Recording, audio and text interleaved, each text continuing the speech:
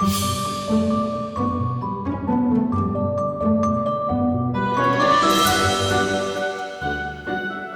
さんこんにちは。ごんなやむすびごんのゆいです。いつも動画をご覧くださいましてありがとうございます。舞踊の本を紹介するコーナー、いにしえ日記。なんと今回で10回目を迎えました。わー。これからも細く長く続けていきたいと思いますので、どうぞよろしくお願いします。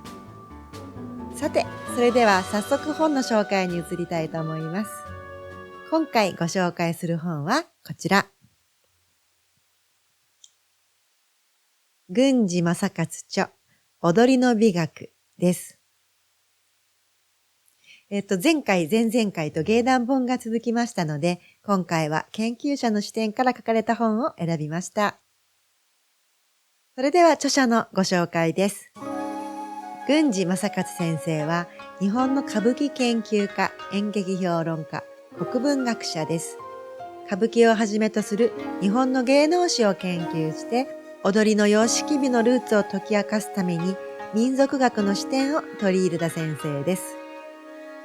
さて、この本の面白いところは、踊りというものを広い視点で捉えて、日本、東洋、西洋の違いにまで触れられている点です。比較をすることで、かえって本質が見えてくることってありますよね。そういった意味でとても興味深い一冊です。この本の中には、舞踊の歴史や舞と踊りの違い、そして基本動作のことや小道具や道具のことについていろいろなことが書かれていますけども、今回はその中から舞踊とダンスの違いは何ですかというよくある疑問について書かれた箇所をピックアップしてみたいと思います。さて、この動画にはチャプターをつけていますので、お好きなところからご覧いただけます。でも、流れを追ってご覧いただきますと、より理解が深まると思いますので、できれば最初から最後までお付き合いいただければ嬉しいです。よろしくお願いします。それではですね、本題に入る前に、著者の考え方がぎゅっと詰まった第一章、踊りの生態をもとに、郡司先生の舞踊論をざっくりと要約してみたいと思います。まず、郡司先生が最初に指摘しているのは、日本の芸術を理解するためには、西洋の芸術論や美学を借りなくてはいけないということです。これってなんか矛盾しているように感じませんか？日本のことを語るのに、どうしてわざわざ外国の視点が必要なのか。実はこれは日本だけではなく、東洋の文化全体が抱えている課題でもあるということです。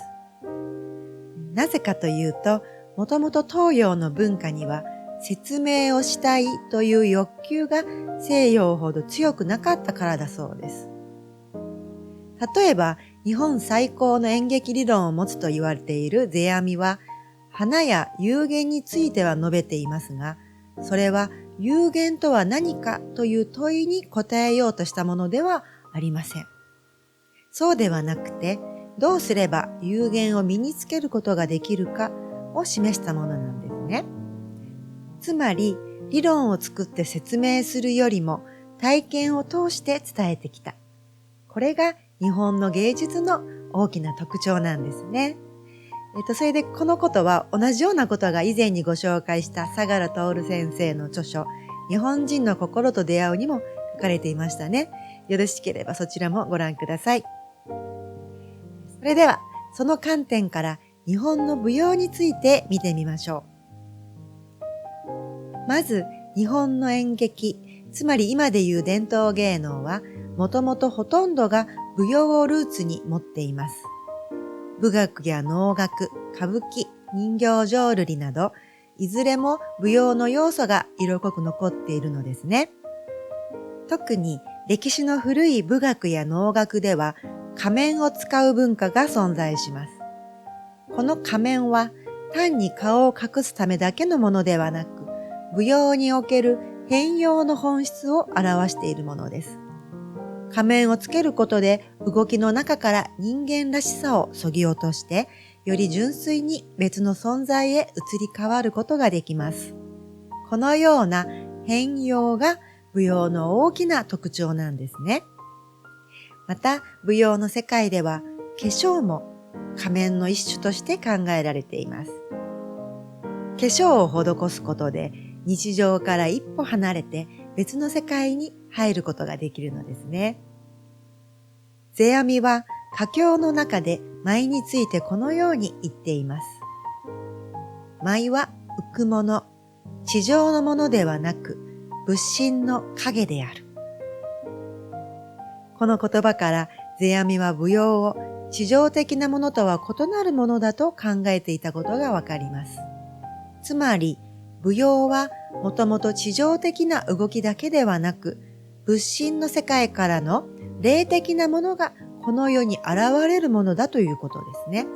そのため、舞踊の美しさには人間の感情にとどまらない純粋さがあるのです。文芸評論家の小林秀夫は能についてこのように述べています。音楽、踊り、歌が最小限度の形式に縮約されている。この言葉は決して能の表現が乏しいという意味ではなく、むしろ近代舞踊が複雑化しすぎていることに対する問いかけであると言えます。ここまでの話から、もともと舞踊には人間を表現しようという意図がないことがわかります。演劇では登場人物同士の対立や感情のぶつかり合いが物語を作りますが、日本の舞踊にはそうした要素はありません。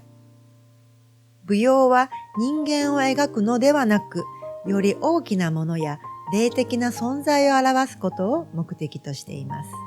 つまり、仏心の世界や霊的なものがこの世に現れる手段であるため、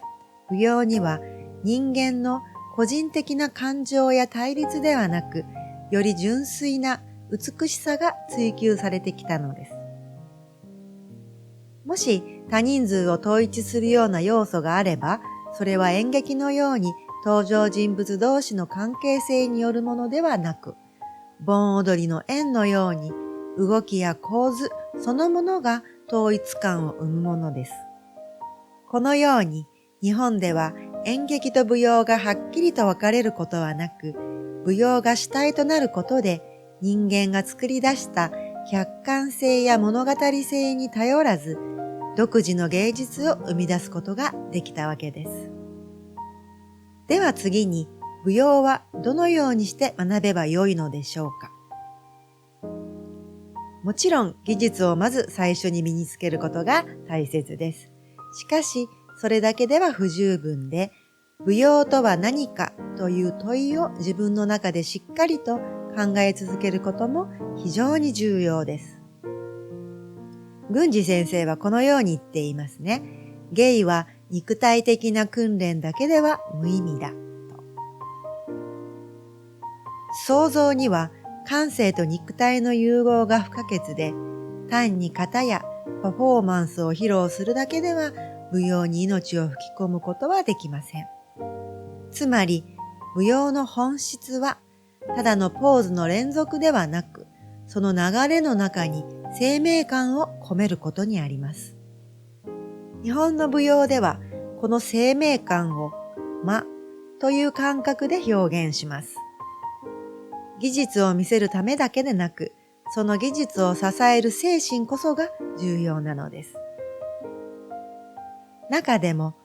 最も難しくかつ偉大なこととして、シンプルな振り付けで心を響かせることが挙げられます。例えば、アンナ・パブロワの瀕死の白鳥を見てみましょう。実はその動き自体は非常にシンプルで、初歩のバレリーナでも踊れるほどです。シンプルな動きは観客の心を動かす。振り付けが簡単であるがゆえに、真の踊りの力が試されるわけです。前回の動画でもこのアンナ・パブロワの瀕死の白鳥には触れられていましたね。瀕死の白鳥が当時の人々にどれだけ感動を与えたかが伝わってきますね。はい。はい。さて話を戻しますが、これは歌舞伎俳優の中村富十郎が娘道成寺の振り付けがシンプルすぎると批判された際に言った言葉とも重なります。演者が見せようと意識をしすぎると、観客は逆に見たいという気持ちを失ってしまうものです。技術を磨くことは大切ですが、それを見せつけることが目的になってしまうと、観客の心には響かなくなります。本当に優れた舞踊は技巧を超えて自然に心に響くものです。最後に、舞踊の芸術は一瞬の芸術です。絵画や彫刻のように決して残るものではありません。踊ったその瞬間に消えてしまうものです。だからこそ、その一瞬一瞬を大切にして全力で表現することが何よりも重要なのです。はい。ということで、郡司先生の舞踊論のご紹介でした。こういった舞踊に関するお話は、それぞれの本に書かれていますよね。今までご紹介した本にもいろいろと書かれていましたけども、似たようなことは書かれているんですけども、各々の表現の仕方が違っているので、見てて面白いと思いますよね。はい。伝える言葉が違うと感じ方も変わるっていうこともありますし、とても興味深いことやなって思っています。郡司先生のお話も面白かったですね。さて、それではここからが今日のポイントです。西洋と東洋の踊りの違いは何なのかという質問は、されることも多いものなんですけども、皆さんもそんな疑問はお持ちになったことありませんか？で書かれていたところがありましたので、今回はそこをご紹介したいと思います。でね、いつものように朗読しようと思ってたんですけども、この本の中に使われている言葉はなんかちょっと難しい言葉が多くって、朗読するのが難しいというか、ちょっと私も口が回らないところがありましたので、ちょっと簡単な言葉に私なりに置き換えてみまして、ご紹介したいと思います。そちらの書き換えた文章を朗読させてもらいたいと思うんですけども、いつものように下に字幕をつけていますので、そちらの字幕には原文のままの言葉を載せておきますので、よろしければそちらも合わせてご覧いただけるといいかなというふうに思います。それでは朗読したいと思いますね。一応本開いておきますね。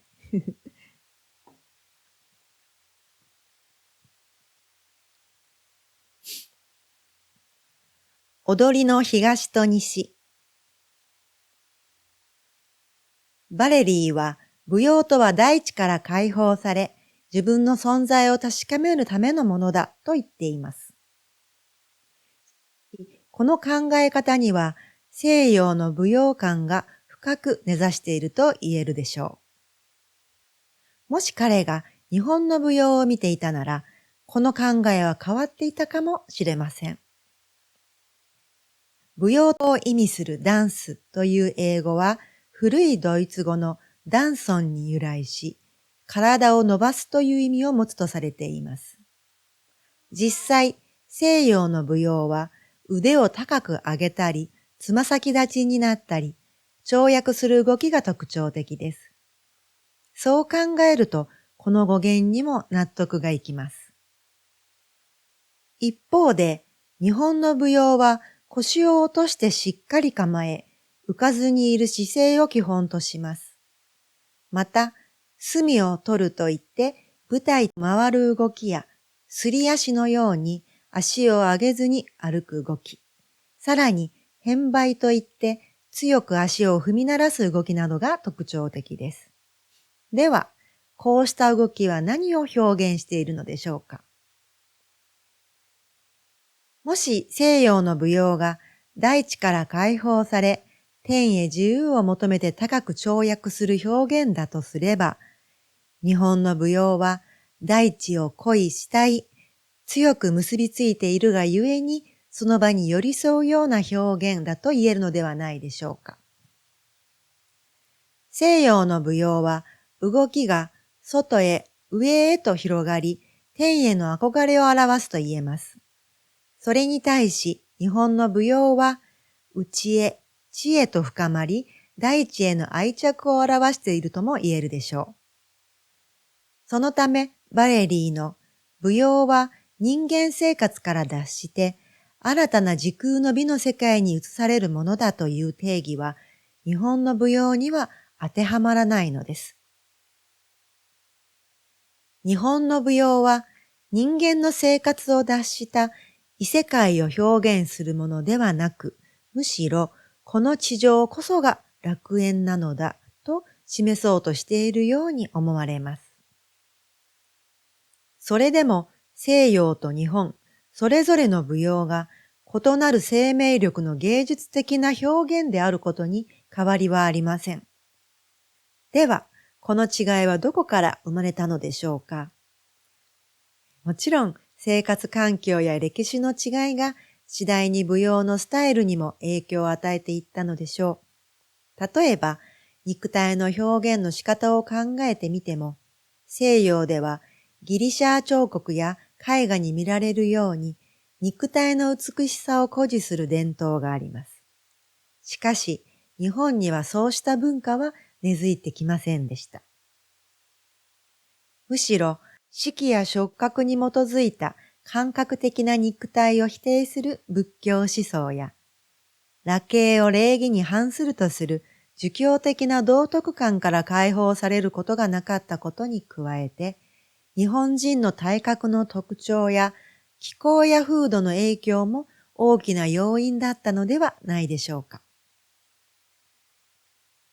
日本では、翁という老人の舞に、最も神聖な舞の美しさを見出しました。もしかすると、日本人は青春を肉体の美しさとともに表現するという発想を、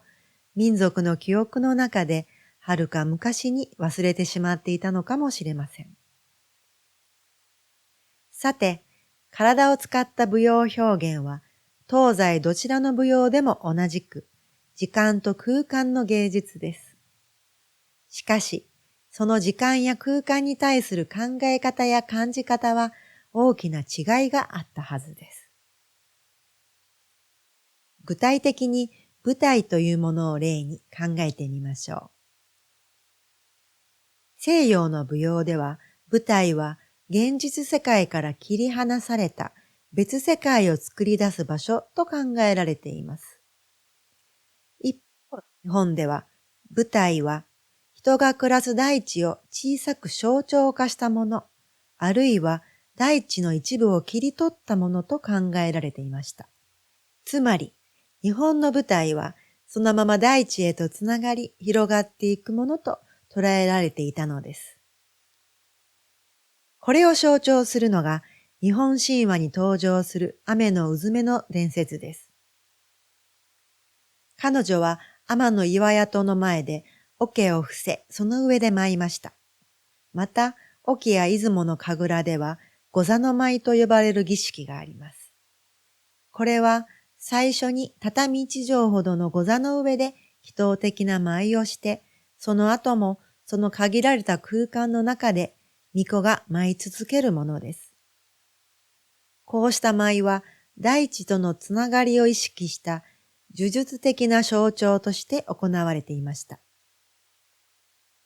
その流れを組む日本舞踊は、特に上方舞などの舞踊では、畳一畳ほどの狭い空間で舞うことを理想としています。できるだけ小さな舞台で舞うことが舞の持つ呪術的な意味を強めると考えられていたのです。これは西洋の舞踊が広い空間を突き破るような動きを特徴とするのとは対照的に、日本の舞踊は限られた空間の中でできるだけ動かずに舞うことを大切にしていたということになります。西洋の舞踊が人間の自由を求める表現だとすれば、東洋の舞踊は神が天から舞い降り、大地を慈しみ、恵みを与え、しばらくこの地をさまよい祝福をもたらす、そのような趣を持っています。これは喜びを表現するものに違いありませんでした。日本ではこの神聖な舞を遊びと呼びました。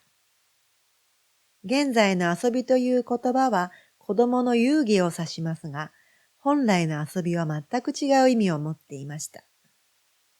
日本の民族舞踊の起源である神楽は神の遊びであり、田んぼに降りた神を歌や踊りで慰め、喜ばせる芸能を田遊びと呼びました。また、東北地方では、巫女が人形を使って神事を行うことをおしら遊びと言います。遊ばすという敬語も、もともとは神が遊行し、舞う様子を称えた言葉だったのかもしれません。はい、ということでした。研究者の方の本らしくね、ちょっと中身が難しかったので、簡単な言葉にしてお伝えはしたんですけども、それでもね、やっぱりちょっと中身がちょっと難しい内容でしたけども、そのダンスと日本舞踊の違いというものは、ちょっと理解できたんじゃないかなっていうふうに思います。大地から解放されて自分の存在を確かめるダンスと、地上を恋したい愛着する日本の舞踊。